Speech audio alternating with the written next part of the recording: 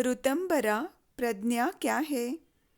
पातंजल योग सूत्राणी समाधिपाद 48वां सूत्र। ऋतंबरा तत्र प्रज्ञा।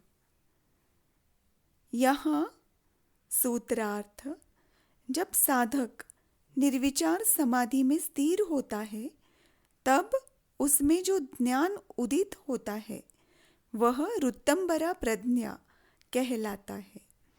भावार्थ, यहाँ पतंजलि इंद्रियातीत ज्ञान की बात कर रहे हैं। साधारण ज्ञान या बुद्धि सीमित होती है, इंद्रियों तक, तर्क या शब्द पर आधारित होती है, परंतु गहरी समाधि में जो चित्त निर्मल और स्थिर हो जाता है उससे जो ज्ञान प्रकट होता है वह तर्क, कल्पना, शब्द या पूर्वाग्रह से मिश्रित नहीं होता है। इसीलिए इसे ऋत, परम सत्य का अनुभव, ऋतंबरा प्रज्ञा ऐसे कहा गया है। तो यह ज्ञान साधारणतः बुद्धि से परे होता है।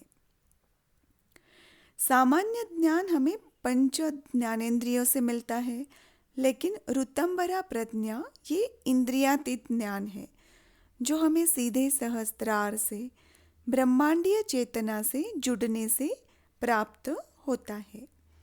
जब यह प्रज्ञा जागृत होती है तब शरीर की हर एक नाड़ी और हर एक कोशिका चैतन्यमय हो जाती है। प्रत्येक कोशिका स्वयं ब्रह्मांड से संवाद साधने लगती है और उसमें सत्य का प्रकाश भर जाता है। वैसे देखा जाए तो साधारण मनुष्य के मस्तिष्क का केवल लगभग 10% भाग सक्रिय रहता है, लेकिन ऋतंबरा प्रज्ञा जागने पर सुप्त कोशिकाएं भी सक्रिय हो जाती है और भीतर से ही संपूर्ण ब्रह्मांड का ज्ञान प्रकट होता है। तो इस स्थिति में बाहर, आत्मा, परमात्मा, इन सबका भेद मिट जाता है। साधक की अंदर की चेतना शक्ति ब्रह्मांडीय चेतना का एक अंग बन जाती है और इसी से ही उसमें ब्रह्मांड में परिवर्तन लाने की शक्ति उत्पन्न हो जाती है।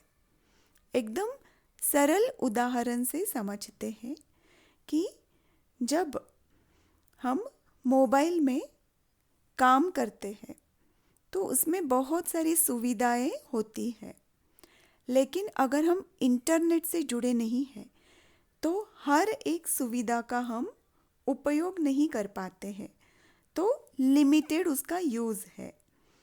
पर जैसे ही हम डेटा ऑन करते हैं, कनेक्ट करते हैं इंटरनेट से, तो संपूर्ण संसार से इंटरनेट के माध्यम से जुड़ जाते हैं और सभी जानकारी हम वहाँ से ले सकते हैं। जो असीमित ज्ञान, जो डेटा इंटरनेट पे स्टोर है, वैसे ही एग्जैक्टली जब हम साधारण अवस्था में रहते हैं तो बुद्धि केवल इंद्रियों और स्मृति पर ही निर्भर रहती है, तो उसकी क्षमता जो है वो लिमिटेड है, उसका जो ज्ञान है वो लिमिटेड है। लेकिन जब समाधि की अवस्था में बुद्धि निर्मल, शुद्ध, पवित्र हो जाती है तब वह कॉस्मिक माइंड, कॉस्मिक एनर्जी से डायरेक्टली जुड़ जाती है।